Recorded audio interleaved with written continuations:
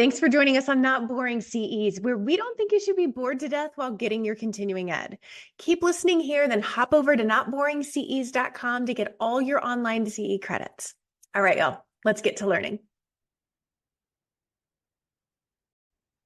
Amelia Knott is an art psychotherapist who specializes in the mental health impacts of hustle culture and the attention economy. She runs a private practice offering clinical art therapy, groups, and open studios. Amelia describes herself as chronically online, using social media to challenge the status quo of the wellness industry and advocate for digital ethics and creativity as a force for healing. She's currently writing a book about well-being in the digital age, which will be published fall 2024. Amelia is a member of the Canadian Art Therapy Association and the College of Registered Art Therapists of Ontario. Welcome, Amelia.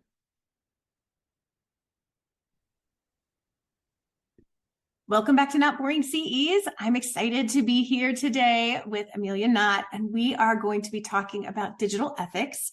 Y'all can find Amelia over at arttherapyinreallife.com or on social at arttherapyirl.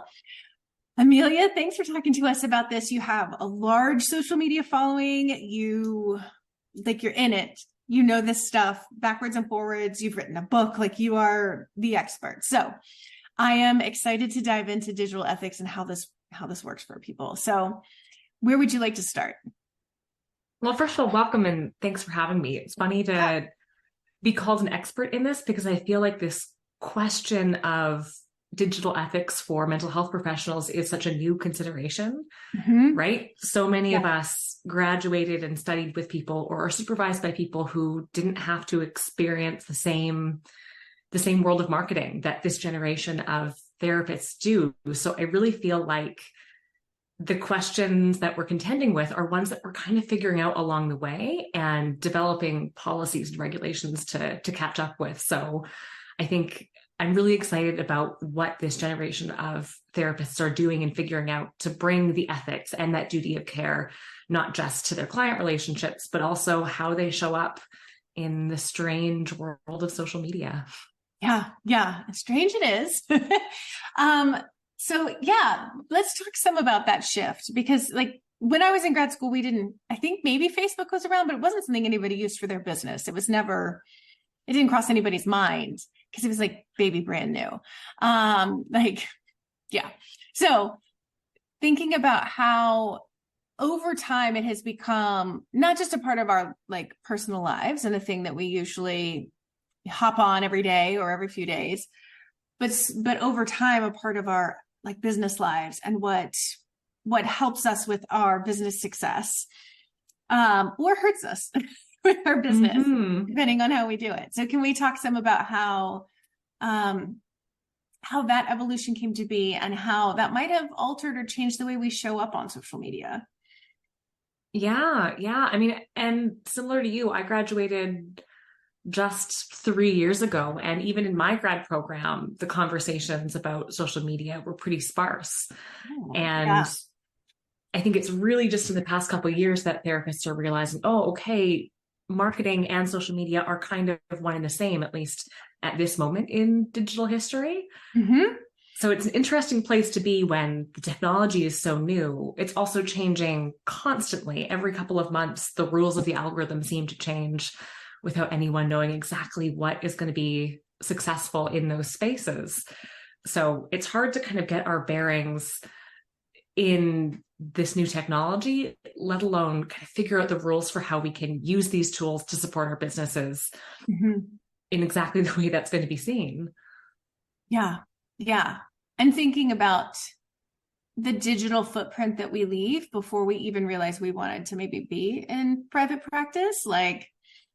I don't know if I deleted my old MySpace. I hope I did. But there are some things that are not things I would want clients to see or things like that, that there's some maybe auditing of current profiles, certainly making them private, those kinds of things that we can be doing with our personal profiles. But yeah.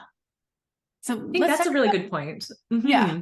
Just to jump in on that one, I think, the advice I received when, the conversation was simply about lock down your personal profile or your Facebook profile. I think that's a really important first step for therapists, maybe that's something that's happening while you're in grad school as a practicum student, or when you're starting to launch your private practice or move into an agency, is just kind of taking an inventory of what about you exists online, maybe Googling yourself and starting to maybe find the passwords to old profiles and do a little bit of a cleanup, I think is a first great thing. Yeah. Yeah. And it will be mortifying, probably. Like, none of us want to see our first social media profiles. Totally. And that's okay. Like a little trip down memory lane. Back when maybe you were oversharing as a norm, or, things like that. So, okay. So let's talk about how the therapists need to be showing up differently than maybe other wellness professionals. Because I think there's also, it's different. It's different from all the many wellness professionals out there, right? Like, we have to guard ourselves in kind of a different way.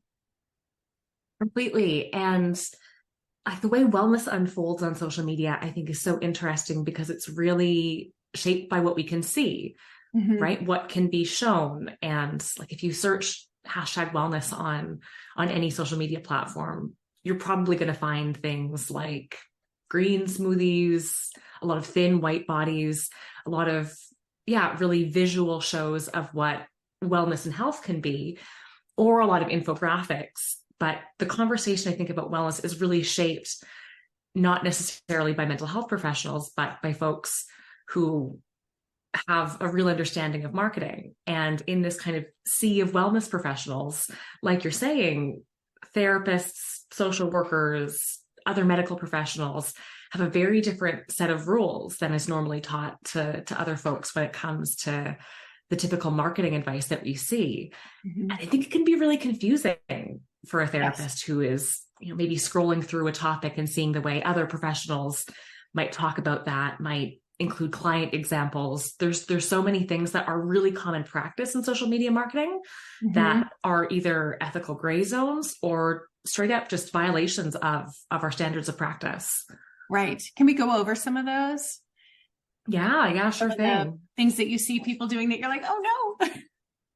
And it's going to depend on the regulatory body you belong to. Everyone's got slightly different rules, and maybe a really helpful activity kind of as you're moving towards making a social media plan for yourself is just rereading those standards to see, what kinds of things you flag. But speaking from my own experience as a member of the College of Registered Psychotherapists of Ontario and the Canadian Art Therapy Association, things like soliciting client testimonials is a no-go. That's a really black and white issue. That's same across the States, y'all. So if you're a therapist in the States, customer testimonials are no, or client testimonials. And we see that. Yeah, and we see that all the time, right? People posting screenshots of Facebook groups and like, oh, so-and-so helped me experience this change. Like, we see that all the time. And I see lots of therapists just assuming because that is a common practice, it's okay. Yeah. And they hear, if they're in kind of a general marketing, like coaching program or something like that, if they're not in one specific to therapists, they're told like social proof is the way to go. You need these testimonials. And so they're doing what they're being told to do by people who don't know our industry at all. And there might be, again, some wiggle room if you're doing non-clinical work that's very separate from your individual client work. Perhaps you're running a non-clinical group or offering some kind of digital product. A testimonial for that could be appropriate. I still think giving, lots of opportunity for consent so that that person knows what they're giving a testimonial for is still important. But there could be a difference depending on the kind of offerings you have. Absolutely. Yeah. So what else besides testimonials do you see? What else comes up? I think the other big one that we see a lot is making promises or claims that can't really be substantiated. Like, we'll see an example in a second. I've got a pretend kind of case study for us to look at, but maybe it's something like, I can help you heal your trauma. A statement as bold and sweeping as that. As therapists, we know that we can't actually promise a specific outcome and set someone's expectations like that. And I think, again, a lot of the marketing advice out there is to talk about the transformation that someone can expect Yeah. And we know the therapeutic process is different than that.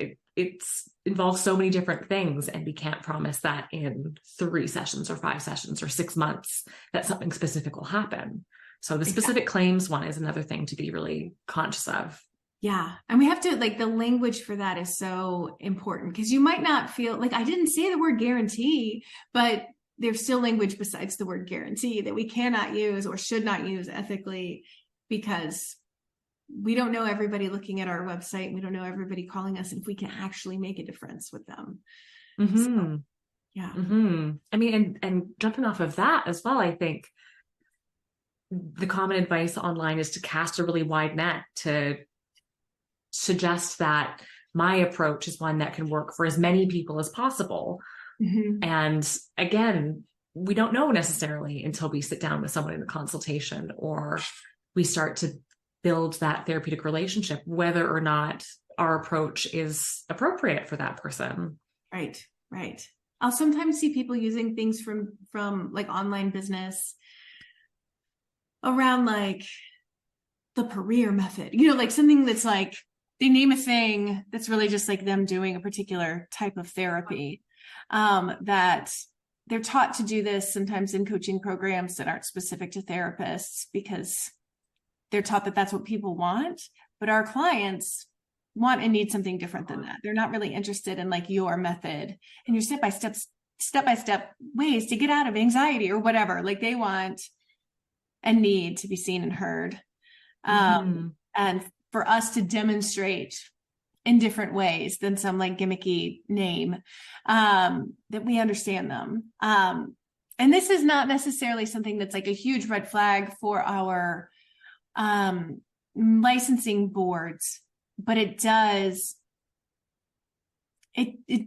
lend to this like kind of cheesy, less authentic, less connective kind of a way of talking to our clients that will actually repel potential clients instead of bring them in. So in terms of how you show up online, that's an important thing to consider if you want to have clients. And also for your own mental health, like the pressure, I think, to turn everything into a commodity. Yes. Like my personal method, or to even present ourselves in a way where our lifestyle or our image becomes something that needs to be on brand, right? Like I think of also the risk for the therapist in that mentality of, I am now a product, my method, or these moments of my life are now something that need to be kind of packaged up and performed for an audience to sell this consistency or this congruence. Yeah, absolutely. Should we hop into your case study? I'm really interested. Let's do that. I mean, this is kind of a fun way of just taking something that seems really commonplace on social media. And if someone is just listening, maybe they'll pause after the case study is given. If you're watching along, then you'll be able to see what's on the screen. I'll describe it as well. So what we've got in front of us is a fictional case study. This is just something I've made up and done a little image for in Canva. The context of this case study is Claire, who is an art therapist who has just started her private practice and has a focus on PTSD. She currently has 3 clients and space in her caseload for 15 more. She's received a master's degree in art therapy and is a professional member of the Canadian Art Therapy Association. And she started to do more research on EMDR, plans to take her level 1 training next year. So this is everything we know about this fictional therapist, Claire. And then we've got an Instagram post on the side. And the caption is, "Art will heal your trauma." And then in quotations, "After working with Claire, I feel safe and comfortable in my skin. Creating art has helped me rediscover myself. Jordan, art therapy client." And then the rest of the caption reads, "I offer clinical art therapy and EMDR to support you in transforming trauma into growth. Doors are closing tonight for one-to-one client sessions. Refer a friend for a 25% discount on your first session. DM me, I'm ready to begin your healing journey. Hashtag art therapy, hashtag trauma healing, hashtag mental health, hashtag self-care." I feel like I just got smacked with all these red flags. There's a lot. Yeah. And then also in the image, we can see here, offer ends tonight, hurry. And we have an image of a woman holding a set of paintbrushes, looking over towards the camera. But what do you see? How do you react to this when you see and hear this messaging? So it's interesting when I see the picture, like she's a very beautiful woman, right? So it's like I'm drawn to the art behind, like it's a beautiful visual. And so it draws me in just seeing the visual. And then art will heal your trauma is so like, that's one of those guarantees basically we were talking about. Like you can't blatantly say that. We've got a testimonial right off, like from the jump. She's not yet trained in EMDR. So like, it's not time to say, I offer this to support you in transforming your trauma into growth, which sounds lovely, but like, you're not there yet. The door's closing. What was that? Oh yeah, it's not something we can promise. Right. Doors are closing tonight for one-on-one sessions, like this false scarcity. Like I doubt doors are actually closing. I don't love false scarcity, and it is so common. It just so common. It grates my nerves. It's less common in the therapy space, but I know y'all see it in other spaces. Referring a friend for a discount, which like we're bumping up against HIPAA at that point. We're like, oh yeah, thanks. I'm so glad so-and-so sent you, like confirming and acknowledging that person's a client. DMing with a client or potential client is risky. I mean, I just feel like it's all there. I think you've nailed basically everything. I mean, this is just a collection of red flags. Yeah. I'll go to the next slide. So the way I think about this, there's kind of 3 ways or 3 questions we might ask when creating or when assessing a social media post. One is the really black and white, like which things actually violate ethical guidelines that our regulatory body has set out.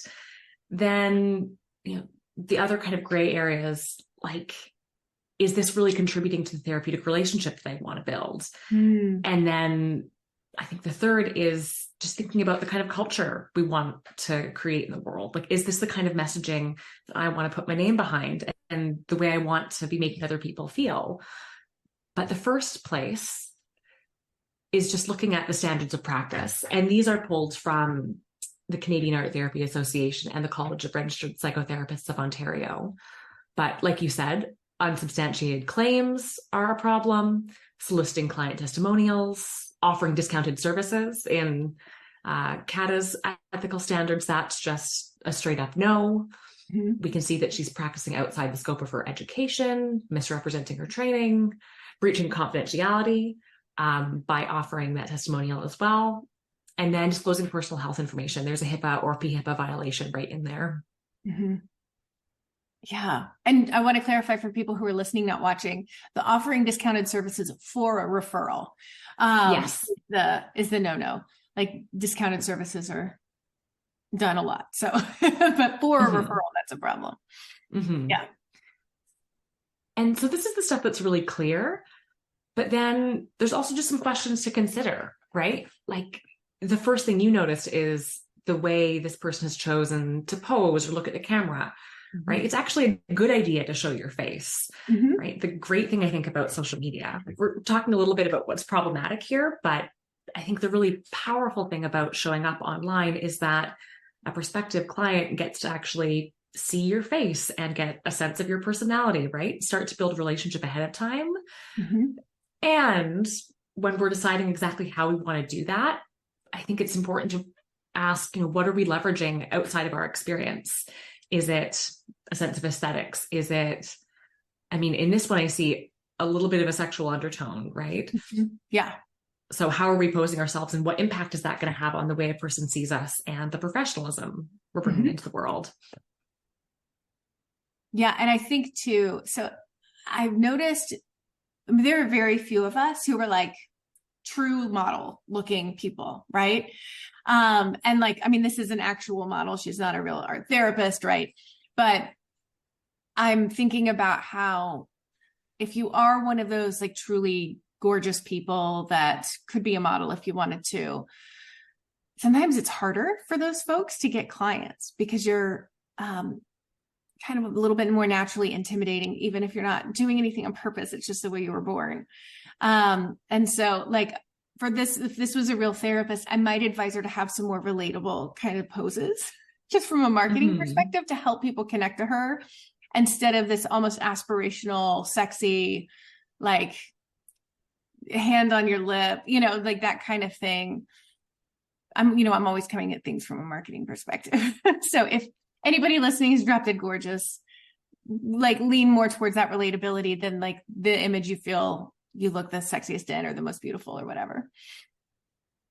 I think that's actually really interesting, because this is a place where the common marketing playbook won't really work for therapists. Like in so many other industries, creators are told to leverage their lifestyle as kind of more social proof of like, look, the method I use really works. And it's different when therapists do that, right? You're not really using your own personal life as social fodder. There's something about that could, create negative transference, or is a little bit too much self-disclosure, right?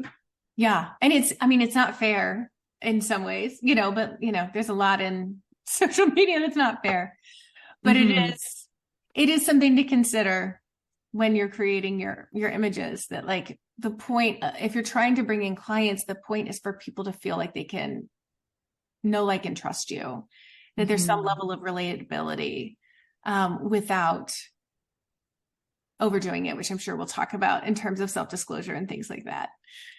Yeah. I appreciate that you're bringing up that it's not fair. Yeah. And I think like that's a feeling I don't know if I've ever actually verbalized, but there's this kind of set of rules that most other people online get to play by, but therapists have a whole other set of rules they have to abide by, and that's invisible to the public, right? Right. And it's like some of the most popular or most powerful, like social proof that people get through testimonials. Like if you buy something off Amazon, you never don't look at the testimonials or the reviews, right? It's one of the most powerful ways to get people in the door, but we don't get to use it. And that's actually better. But it's tough. Well, let's look at some of the other things on here as well. And you named some of these just in your quick and very correct assessment of that post. But what avenues of communication are we encouraging? That's connected to the DM me question. And there isn't something specifically a violation about saying DM me to start your journey. But I think the question as well that we have to ask is, what precedent are we setting, right? If someone begins their therapeutic relationship having that social connection or that kind of casual tone to the way we're going to communicate, how do you then transition that into a therapeutic relationship? Yeah. And how, for people with large accounts, like you can't keep up with all your DMs. Like who do you keep hanging in that case as well? And let's see what else we've got in here. Is our content congruent with the tone and professionalism that we want to bring to our client relationships? Does our choice of language pique anxiety or false urgency? That's something you hit on. How might personal disclosure lead to negative transference? So that one has less to do with just this pose here, but maybe if you're showing pictures of your family, or, telling a really detailed version of your own trauma story, or talking about, I went through this journey and that's why I'm qualified. That's definitely a tactic we see a lot in the online space. But again, when therapists share about themselves, it has to be done in a really skillful way. And it's not going to be appropriate to use self-disclosure with every single client, right? And we have to base our self-disclosure online to the most dysregulated client we would see, to keep it safe for everybody that could be our clients, essentially, that would actually come in and see us. I think that's a really wise and kind of simple rule. Like, we have to base our self-disclosure on our most dysregulated client. I think that's a perfect way of phrasing that, because it's hard to choose sometimes, right? Which parts of myself do I want to show? Which parts of myself do I want to hold back, right? Sometimes it might be really appropriate and really supportive to share something, but let's say if we have a couple thousand followers, we won't know exactly what's appropriate for every single person who is a potential prospective client. Mm-hmm. Yeah. And they can't unsee it or unknow it. So we have to be thoughtful. Mm-hmm. Here, I'm just going to shift my camera a little bit, the light a little bit. Some fun ways. Here we go. All right. So, I mean, I'm curious about your process as well. When you sit down to make content, I know you use Reels really effectively. What is your thought process around making something that's useful and shows your personality, but kind of finds this middle path between sharing too much and sharing the right amount? Yeah. Well, I mean, my audience is different because I don't do social for my therapy practice. I only do it for my helping therapists build their practices practice. And with that, I mean, there's tons of things I don't share on purpose. I still get a lot of people who have a parasocial relationship with me, and I have to be thoughtful about that now when I create, because the more I self-disclose, the more people self-disclose to me, and it can sometimes feel like trauma dumping. Yeah. And I don't always have the bandwidth for that. But I think for me, I want to create a mix of educational content that really helps people, like whether or not you ever pay for a single service I provide, you can take something that I've said online, apply it to your practice, and find some success. So I want it to be actionable. I also find the therapy world to be a little more, it takes itself a little too seriously.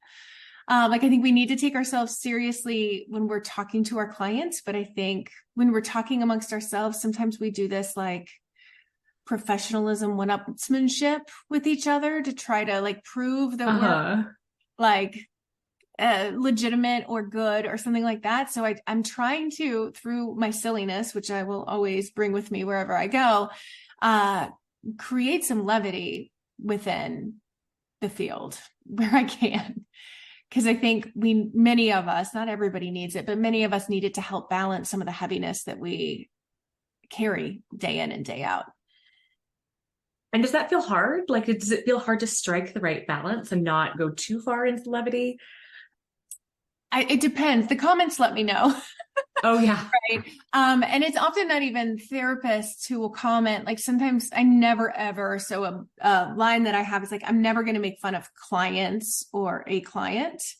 But I remember one where like one of my first reels I did where I said something about like, oh, it was like, where are you? You know, that song. And it's just a therapist looking around, trying to find a client who hasn't shown up yet. And like, just getting jumped off on for something as benign as that. Like I go into social media, creation thinking about, okay, if this lands in the wrong hands, what's the rebuttal going to be?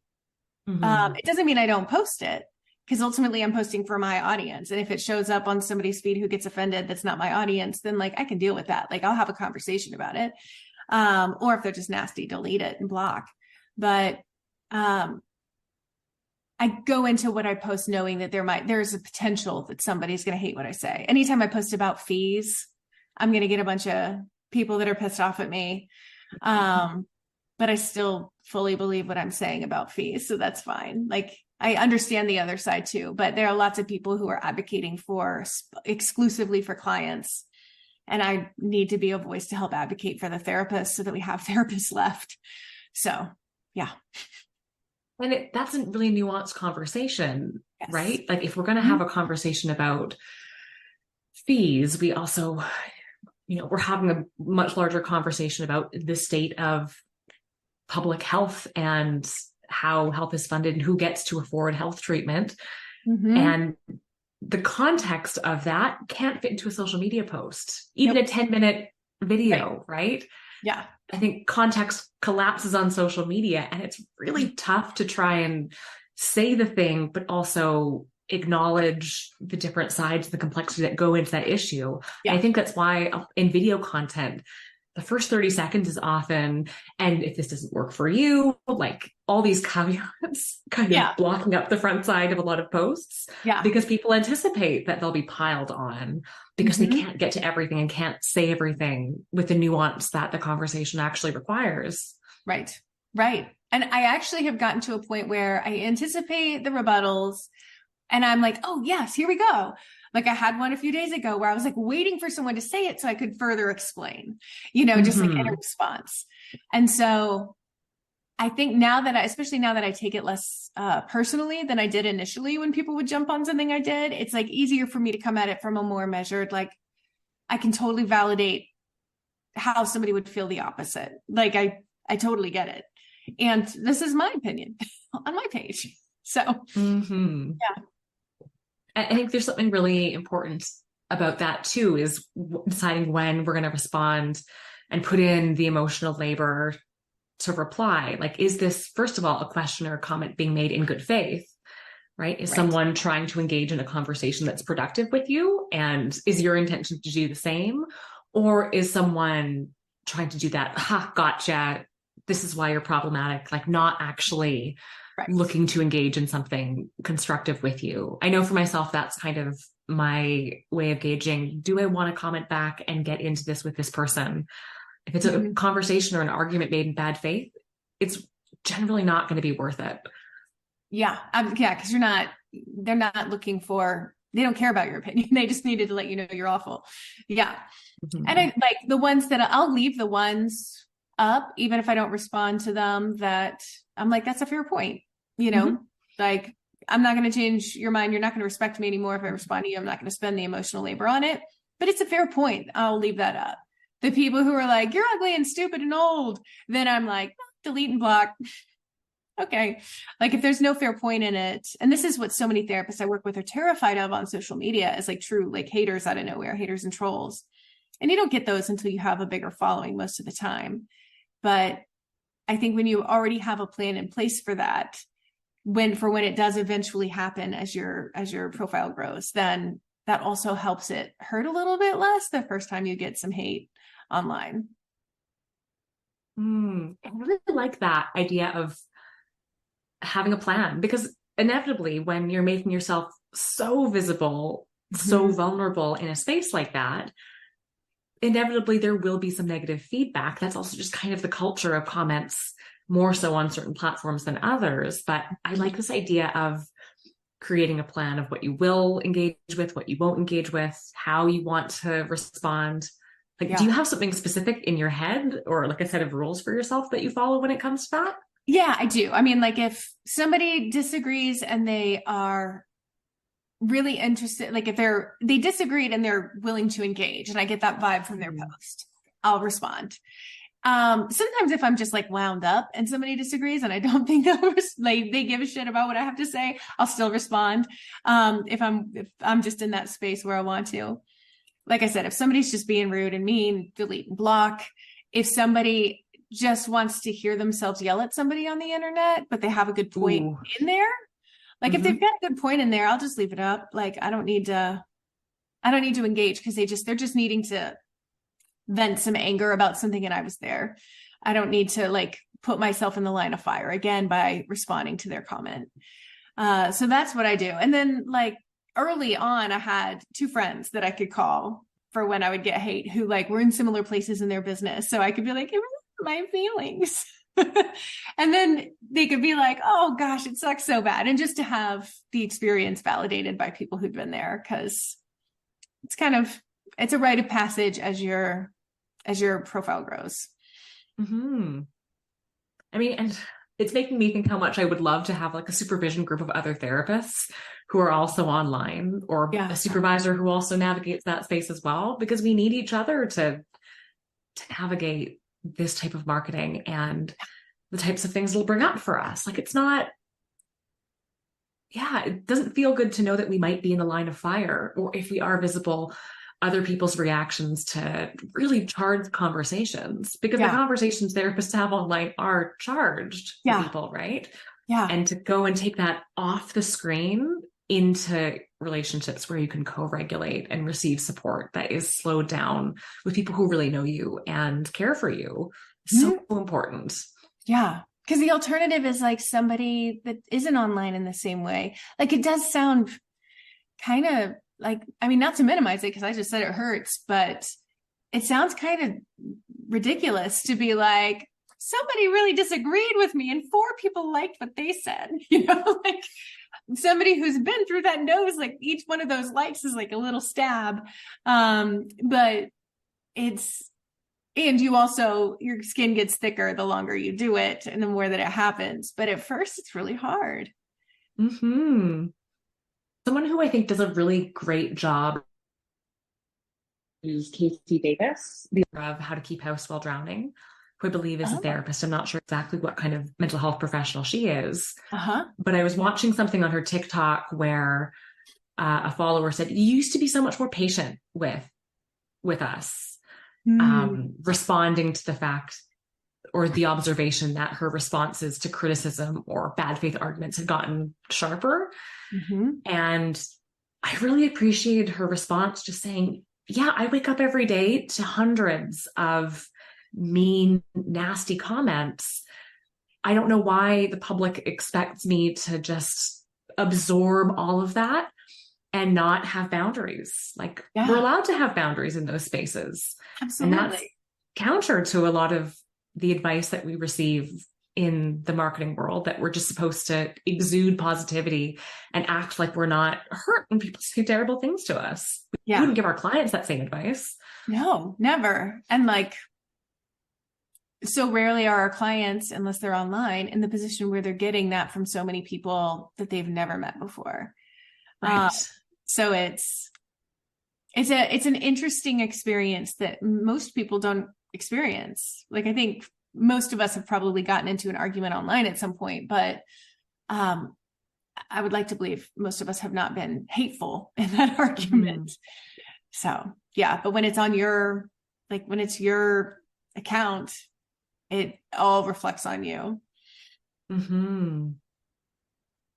Well, maybe let's keep going in our conversation about some of the common tactics that are used and try and parse out what fits for therapists and perhaps what doesn't. Let's see. And maybe we can just choose one of these to break down. We don't need to go through all of them, but like a lot of the common tactics we see marketing professionals suggest are things like identifying a client's pain point, leveraging feelings of resistance as evidence that someone should work with you, establishing authority, promising transformation, creating that high sales or scarcity environment to lure someone in. Which one of these do you see or have kind of a reaction to?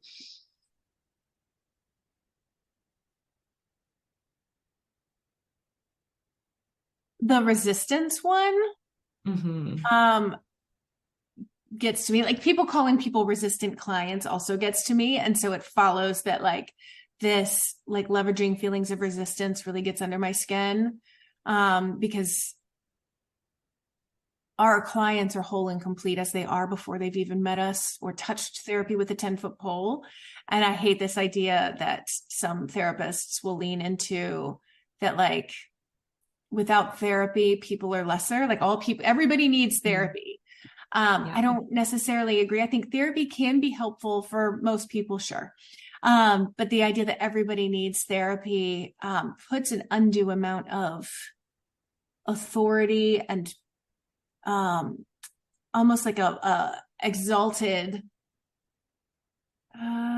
status on therapists and therapy, instead of it being a great tool that can be helpful. So this like idea that everything's a mindset block, this idea that, like, you put in here the lack of self-trust and the lack of autonomy that I think can be fostered sometimes in therapist marketing, that makes my skin crawl. So, yeah. I mean, it's counter to, I assume, how most of us actually want to show up in those relationships, right? Yes. Most of us, at least I assume, folks tuning into this video will value disrupting power hierarchies and working in a trauma-informed way. And as we know, like that means giving choice back to the person who may not have had choice, and respecting their own autonomy and their own ability to decide what feels safe for them. And doing this kind of manipulative move of, oh, your resistance is evident that this is activating something and you should sign up now before the sale ends. Sounds so counter to then what actually happens in a trauma-informed, safe, therapeutic relationship that unfolds at the pace that the client sets, right? Yeah, absolutely. So, I mean, an alternative could be, if someone inquires about on social media, instead of kind of naming or poking at the resistance, right? Listening to that person's concerns, practicing ongoing consent, right? Not turning something into a sales pitch. That's not really what we're in the business of as therapists. And if someone really isn't the right fit for us, having a robust referral network. So if, our modality or our niche isn't really appropriate for that person, hopefully we know someone or have the ability to find someone who is a great fit. Absolutely. And it's like that idea of referring somebody who's not the best fit for you, like that requires that you know other therapists that you trust, that you would send your friends and family to. Like, I talk a lot about networking, and people often interpret that as like an opportunity to sell yourself to somebody who may send you referrals. But I think of it more of like developing a relationship with somebody that you'll probably send referrals back and forth to for, years to come. And it's important to know the people in your area who really like do great work in the same area you do great work, as well as in areas that you don't specialize in. Yeah. And that can be counter to like some of the messaging we receive online, that we're in competition with every other person who is like us. Yeah. I hate it so much. I mean, it's why I named my other business Abundance Practice Building. It's like, there are so many clients. There are more than enough clients for all of us to have as many as we want. And when we come at our colleagues from the space of like scarcity and competition, it really, like, it works against us. It's not good for clients. It's not good for anyone.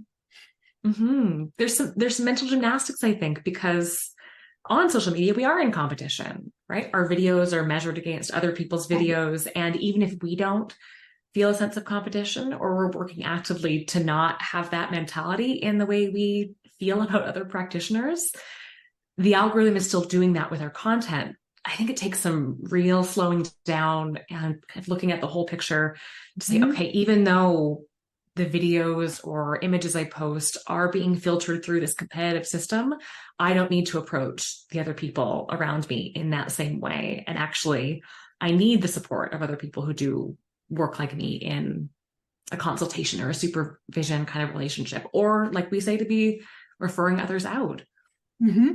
Yeah. And I think like the more we can show up as ourselves, not disclosing all about ourselves, but as ourselves, we're going to naturally attract some people and repel others, right? Like there's a beauty in your ideal followers will find you eventually, as long as you keep creating great content that's likely to land for them.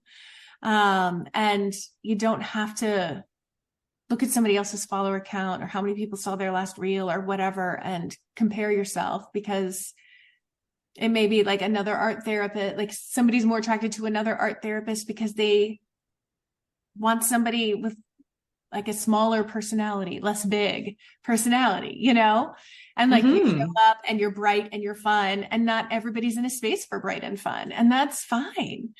And that like, not everybody, a lot of therapists think I should not be laughing about therapy, and that's fine. I'm not a great fit for them either, So our people will find us, and the people who are not our people will not find us, or they'll be repelled by us. And that's ultimately good.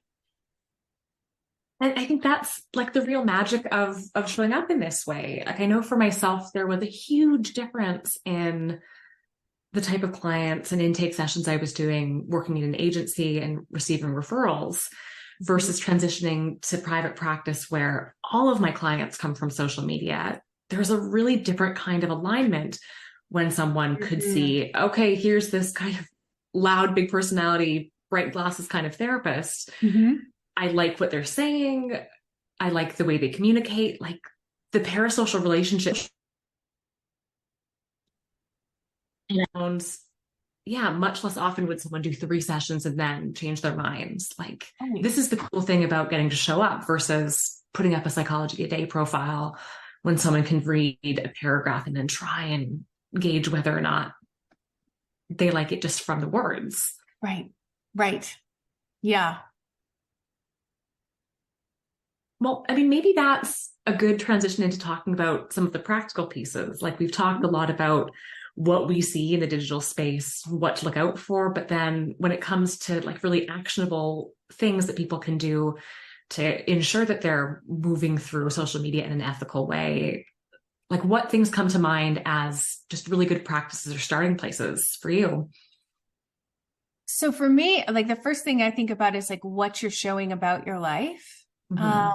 Because, you know, we talk about in stories, for instance, like show pieces of your life. Like that's where a lot of people get to know you.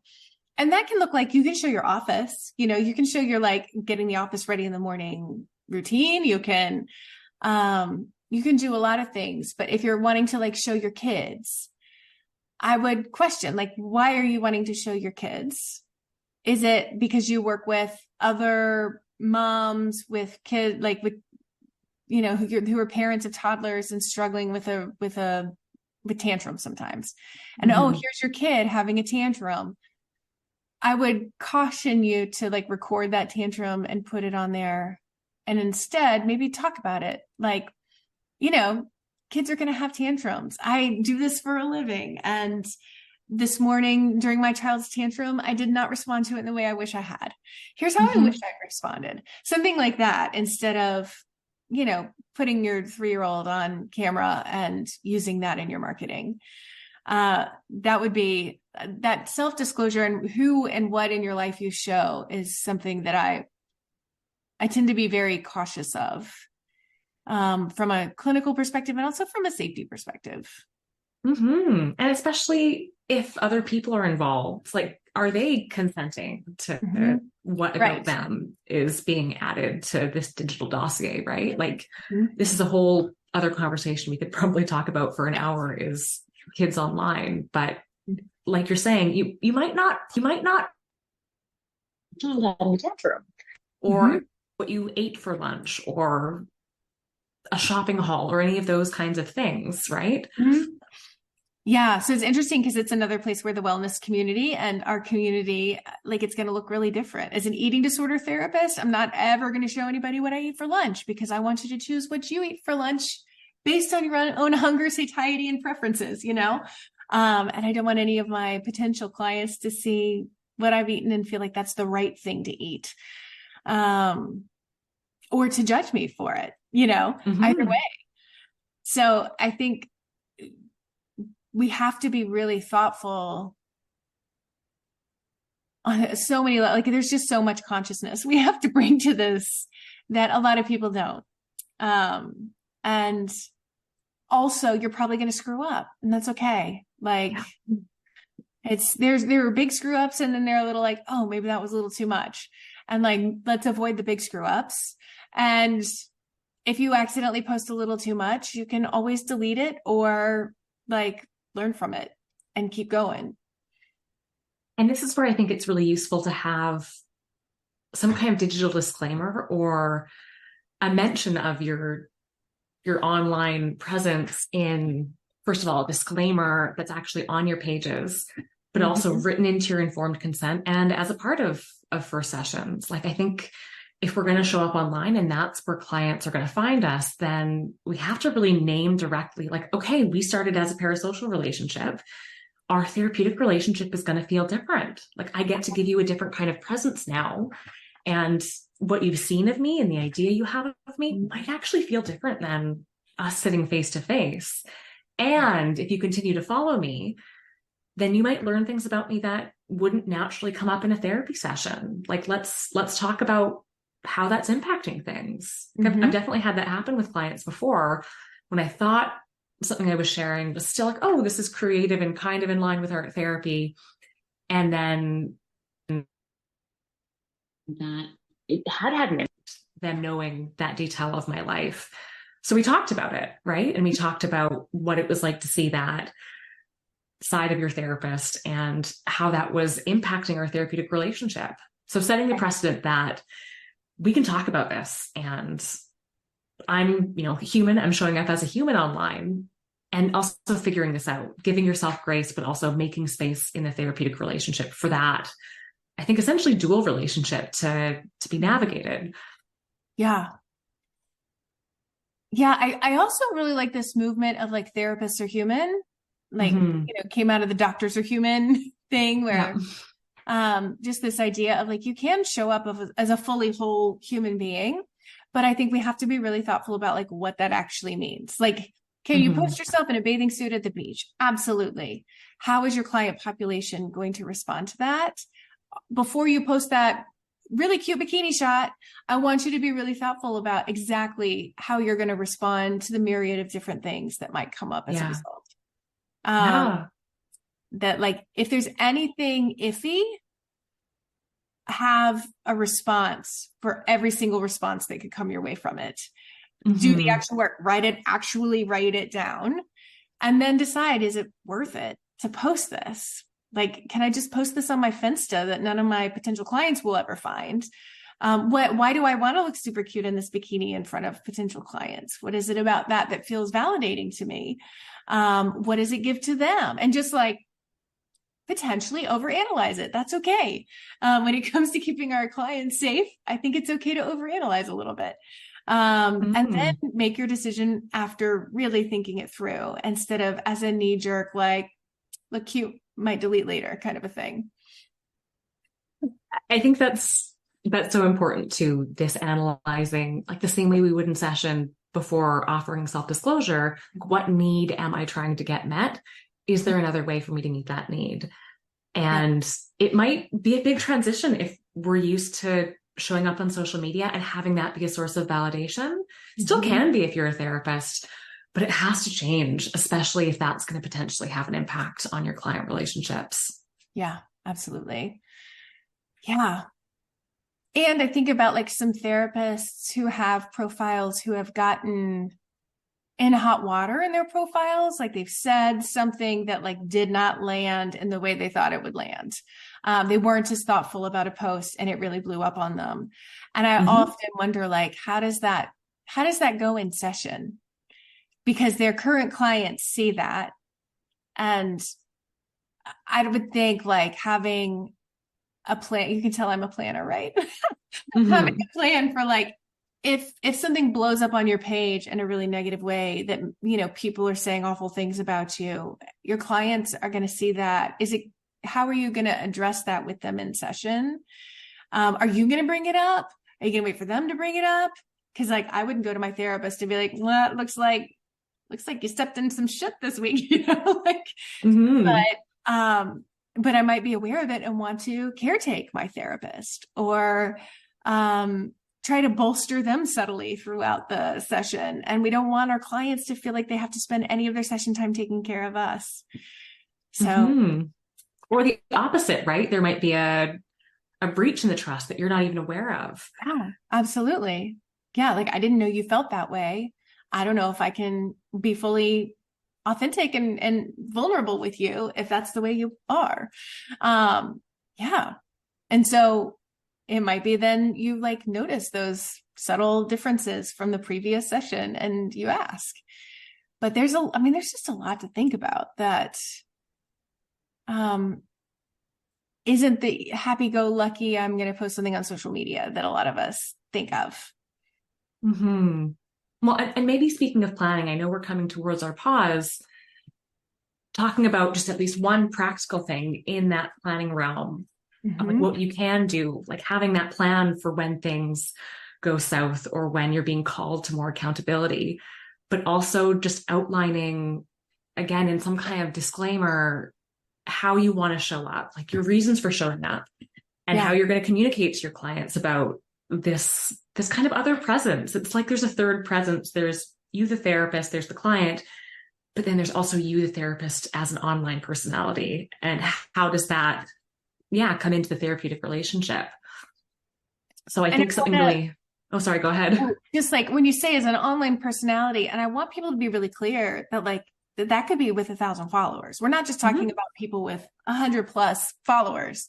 If this client has found you online, like you're an online personality to them, if that's how they came to know you, or if they found you later. So all of this is still really relevant, even if you don't have the following you might be working towards, or even if it's just 200 people. Yeah, it's still public and kind of outside of your own control and being performed. And I don't say that word in a positive or negative connotation, but there's still a version of you out there that is being consumed by the public. Absolutely. Yeah. So I love these like digital disclaimers. Like some of the quotes you have over here on the side for the people who are listening. Like this account is for educational, inspirational purposes only. I'm not able to answer personal mental health questions or offer clinical advice online. Like I love that for those DMs that so many people get. And you can just cut and paste that response, or you can just have it in your bio and just leave it. Yeah. So there are a lot of, I do not communicate with clients via social media. So I can imagine scrolling and all of a sudden you're like, oh crap, I can't make my therapy appointment next week. I should let my therapist know. And if you're already scrolling, just DMing them real quick instead of going through the proper channels because you've been advised to do that. Our clients don't know all of our rules that we have to abide by, and they're not responsible for all the rules we have to abide by. We're responsible for communicating them. Like I think it's a really important move for our clients, and just helping to shape that container and keep that really sturdy, to let them know ahead of time, like this is how we get to relate. And our relationship started here, but it's moving into something more intimate, and kind of talking about the differences there and what you can do and what they can do in that space to make sure that they have the most useful experience possible. So I think as you start to build a web presence, having this disclaimer, right? Talking about your credentials, why you show up online, the limits of what you can offer online, what happens when that relationship transitions, and the boundaries you're going to have with your clinical clients, past and present, in the way you communicate. And also talking about that impact of personal disclosure there. And putting that on your profile, whether it's a video that's pinned or a story that is pinned in a highlight, and also having that just written out in your informed consent, and including that as a conversation is a way of just really setting a precedent for how your digital presence will hopefully impact or be navigated in those therapeutic relationships. Yeah. Are there circumstances that either you've experienced or you've heard of where a therapist would recommend somebody stop following them online?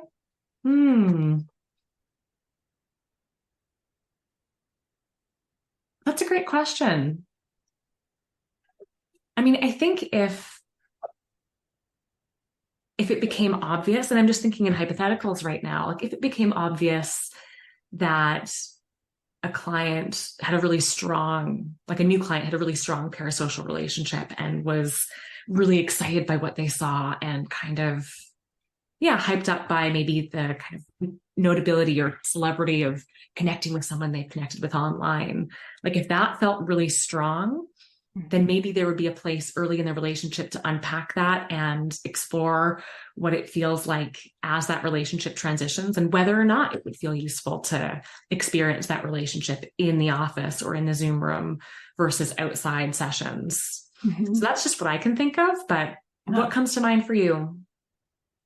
Yeah, I was thinking about that. I was thinking about, and I don't even know if this is a real thing, but just imagining somebody spending more time consuming content than doing the work you're talking about in session. And like, I know you'll do a lot of projects on yours as an art therapist. Like there are a lot of different opportunities to dive in and join you basically by doing your own version of what you're showing. And I can imagine that most of your content is probably helpful for most people. But if somebody, instead of having that hard conversation with their dad that you guys have been talking about, they're instead like stitching cute things onto their clothes or, something like that. Yeah. It might be helpful to instead be like, what if you spent less time online? Or like, what if you stopped following me? Like, how would that feel? Do you feel support? Like, I'd be curious, like, do you feel supported seeing my content in between sessions? Does it help move you towards your goals? Or does it feel more like a typical online distraction?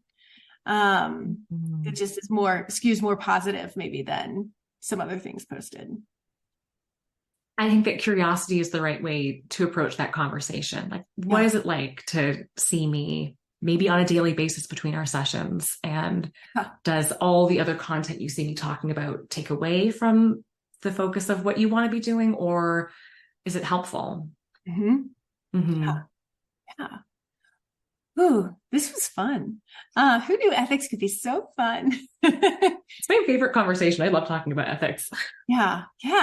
I think that there's just so much too that we're going to continue to learn about the impact of our online presences on clients and things like that over the years as we have more and more. I mean, because really, when you think about it, like a TikTok therapist is still a really new thing in the world. Totally. Yeah, and I'm excited to see. Like the optimist in me thinks the increased conversations around mental health, the things that people can take from their experiences online when they're following therapists that they can then put into action, or they can conceptualize their experience differently. Like, I really think it's a net positive. And